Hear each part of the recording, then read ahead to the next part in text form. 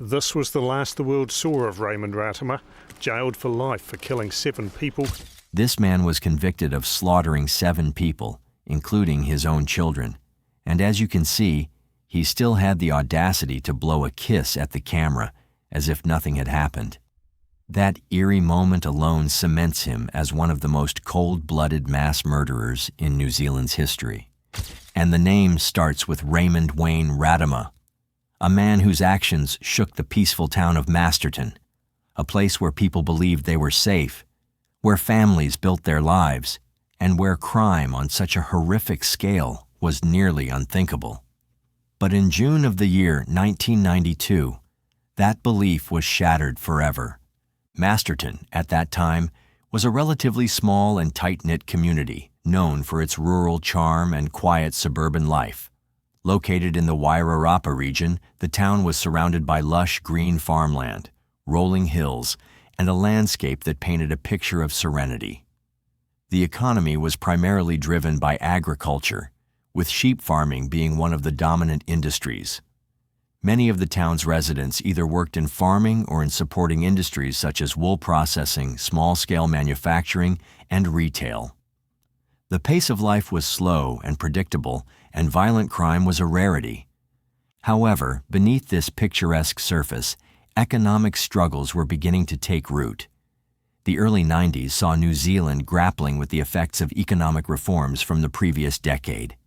Many families, particularly those in working-class communities like Masterton, were feeling the pressure of rising unemployment and financial instability.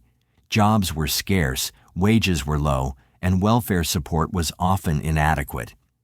For someone like Ratimer, who was already struggling to provide for his family, these factors only added to his growing frustration and desperation. Now, while there's not much known about the early life of Ratimer, or even how he met his wife, what we do know is that by the beginning of that fateful year, his life had begun to spiral downward. At the age of 25, Ratimer and his wife Toni were struggling to keep their heads above water.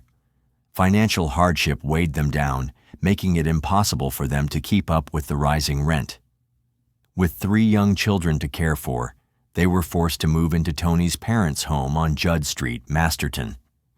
Living under the same roof as extended family members wasn't easy. The house was crowded, tensions were high, and Ratimer's relationship with Toni was crumbling under the pressure. Arguments became more frequent, emotions ran high, and resentment festered. It was in this suffocating environment that the seeds of rage were planted. As the months dragged on, Ratimer's anger only grew. It wasn't just the financial struggles, though they played a significant role. It was the feeling of being powerless, of being unwanted, of watching his world crumble before his eyes. He reached out for help. He sought assistance from social services, hoping for some relief, some way to get back on his feet. But the help he needed never came. He was left to stew in his despair, and that despair quickly turned into a murderous rage. By June, Ratimer's marriage had completely fallen apart. A serious altercation between him, his wife, and her family was the final breaking point. He was thrown out of the house, rejected, cast aside. With nowhere to go and no support, his mind began to unravel. Days of little sleep, wandering with nothing but his anger and hopelessness for company, led him to one horrifying conclusion. If he couldn't have his family, no one would. On the night of June 26, 1992, Toni left the house to meet her parents, Philip and Rebecca Ferguson, at a local pub. She left behind her 3 young sons, Pierre, Barney, and Stacy, under the care of her sister Nicola. Also in the house that night were Toni's brother Philip, Nicola's de facto partner Bevan Tepu, and their young son Stephen. It was at precisely 9:25 in the evening when Raymond Ratimer stormed back into the house, armed with a knife and a softball bat. The brutal attack that followed was nothing short of a massacre. He slaughtered everyone inside. He bludgeoned and stabbed 7 people to death, showing no mercy. Even his own children, his flesh and blood, were not spared. In a chilling act, He placed their lifeless bodies on his wife's bed and laid a Bible on top of them, as if it were some twisted attempt at absolution. The adults were no luckier. He piled their bodies on top of one another in another bedroom, stacking them like objects in a scene too gruesome to comprehend. But Ratima's bloodlust was not yet satisfied. He sat in the house, waiting for Toni and her parents to return so he could finish what he had started. When they finally walked through the door, the nightmare continued. Nicola's father, Philip, was the first to be attacked. Ratima swung the softball bat with full force, striking him in a brutal assault. But this time, things did not go according to plan. In the chaos, Toni managed to escape, running for her life to call for help. When the police arrived, the carnage they witnessed would haunt them for the rest of their lives. Blood soaked the floors, lifeless bodies filled the rooms, and in the midst of it all was Raymond Ratima, subdued, restrained, and no longer in control. Nicola's father, Philip, had overpowered him, preventing an even greater tragedy. The news of the massacre spread like wildfire. New Zealand had never seen such a horrifying crime. A father, a husband, a son-in-law, someone who was supposed to protect his family, had instead wiped them out in cold blood. The community of Masterton was left reeling, struggling to understand how something so monstrous could have happened in their quiet town. Ratima was arrested on the scene and taken into custody. His initial demeanor was eerily calm, as if he had accepted his fate. He offered little resistance, making no attempt to flee. During questioning, he showed minimal emotion, providing cold, matter-of-fact responses. Investigators were disturbed by his apparent lack of remorse. When Ratima stood trial, the nation watched in shock. He expressed remorse, but the sheer brutality of his crimes left many wondering if it was genuine or merely an attempt to save himself from the harshest punishment. During the trial, the prosecution painted a picture of a man who had allowed his rage and feelings of inadequacy to fester for too long. The defense, on the other hand, argued that Ratima had been pushed to his breaking point due to financial strain and rejection by his wife's family. Mental health professionals were brought in to assess his state of mind, but ultimately, the jury saw through any justifications. The judge described the killings as unimaginable and beyond comprehension. He was sentenced to life imprisonment for 7 counts of murder. Additionally, he was given 10 years for the killing of an unborn child and another 7 years for attempted murder. But even behind bars, the horror of what he had done did not fade. The parole board repeatedly denied his bids for release, citing his continued struggles with drug abuse. In 2008, the board noted that despite presenting himself as a reformed man in previous hearings, Ratima had relapsed into cannabis use, blaming his actions on a dark day in his past. But if you think he had given up, think again. Year after year, Raymond Wayne Ratima has stood before the parole board, pleading for his release. He insists that he has changed, that he has grown, that he is no longer the man he was when he committed those horrific crimes in June of the year 1992. Yet, each time, the board has denied his requests, stating the same concerns: his psychological state, his risk to society, and his lack of true remorse. It has now been more than 30 years since Ratima was sentenced, and despite numerous parole hearings, the board remains unconvinced that he is fit to re-enter the world outside prison walls. Ratima has been denied parole not just once or twice, but a total of 14 times. His repeated attempts to gain freedom have been met with the same result, and each rejection only adds to his frustration. His lawyer, Roger Eagles, has now taken a different approach, claiming that there is potential bias in the parole process.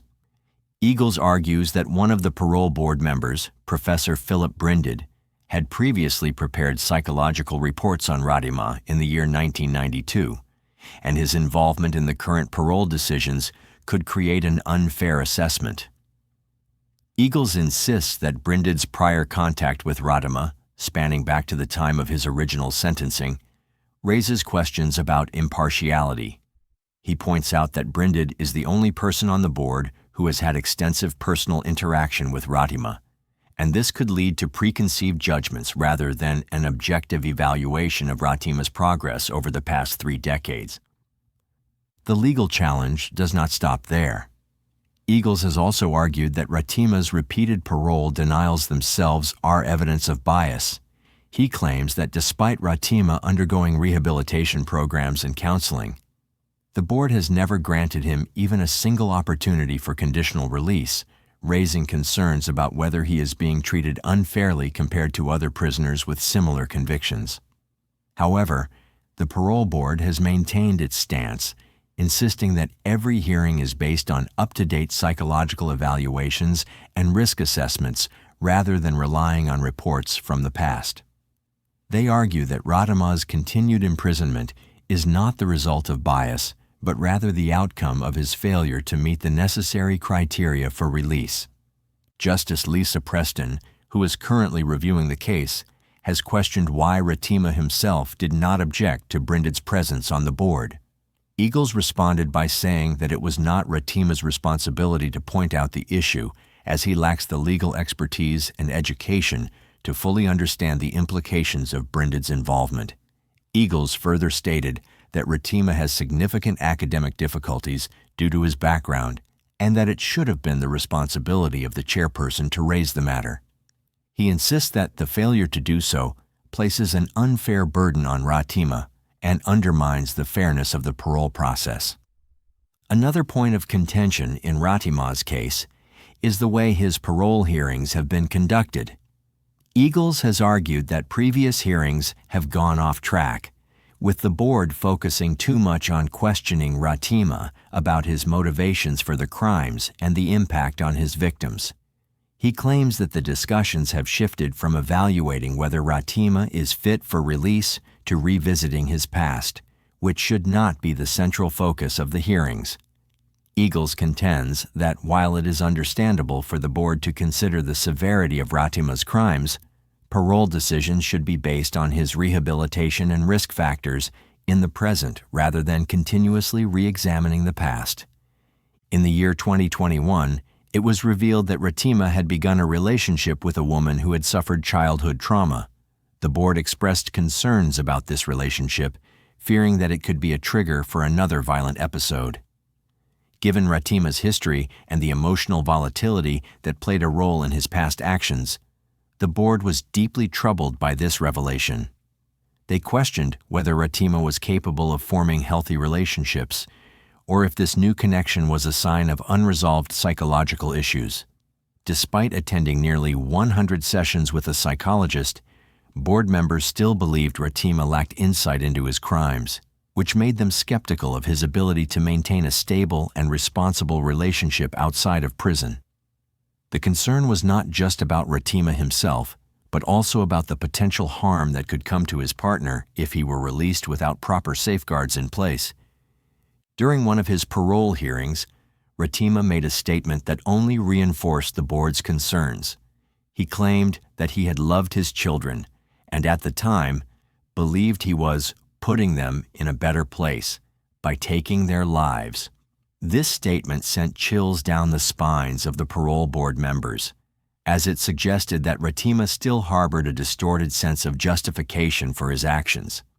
Rather than fully accepting the gravity of his crimes, his words implied that he had once rationalized them as an act of mercy. The board saw this as a major red flag, an indication that Ratima had not yet reached the level of self-awareness and accountability required for parole consideration. Despite these concerns, reports from inside the prison indicate that Ratima has generally maintained good behavior.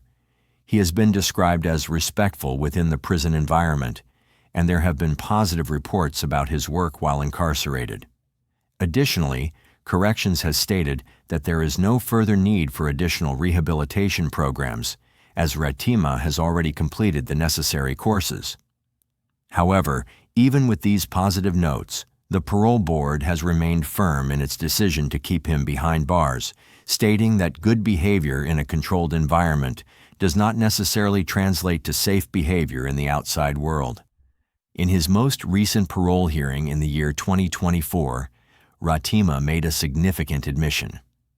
For the first time in over 3 decades, he acknowledged that the killings were intentional. This directly contradicted his previous claims that the murders were not premeditated. While this confession marked a departure from his earlier statements, it still failed to provide clarity on the most crucial question: why? Despite finally admitting his intent, Ratima refused to explain his motives, leaving the victims' families and the parole board unsettled. During the hearing, he expressed deep regret, stating, "I was a very selfish man for what I did. All I can say is that I really regret full-heartedly the decision that I made in order to kill all those many children and adults. I hate myself for what I've done." However, the parole board remained skeptical. They pointed out that his changing narrative over the years only raised further concerns about his credibility. Given his history of inconsistent explanations, the board questioned whether this newfound admission was genuine or simply another attempt to manipulate the system in his favor. The victims' families continue to oppose his release, maintaining that Ratima has never fully explained his actions or shown true remorse. To them, his admissions mean little without an honest, clear acknowledgement of why he did what he did. Many still believe that Ratima poses a danger to society and should never be granted parole. In response to these concerns, the board recommended that Ratima be transferred to a special treatment unit for violent offenders. However, he resisted the move, arguing that it would be a step backward in his rehabilitation rather than a constructive measure. Despite his efforts, the parole board once again denied Ratima's release. The ruling made it clear that while his latest statement represented a shift, it was not enough to justify granting him freedom. The board emphasized that public safety remained their top priority and that Ratima's risk factors had not diminished to a satisfactory level. For now, Raymond Wayne Ratima remains in prison. His next parole eligibility will come in the year 2025. Whether he will finally succeed in persuading the board remains uncertain. However, given his long history of denied applications, changing statements, and ongoing concerns from the victims' families, his path to release remains as difficult as ever.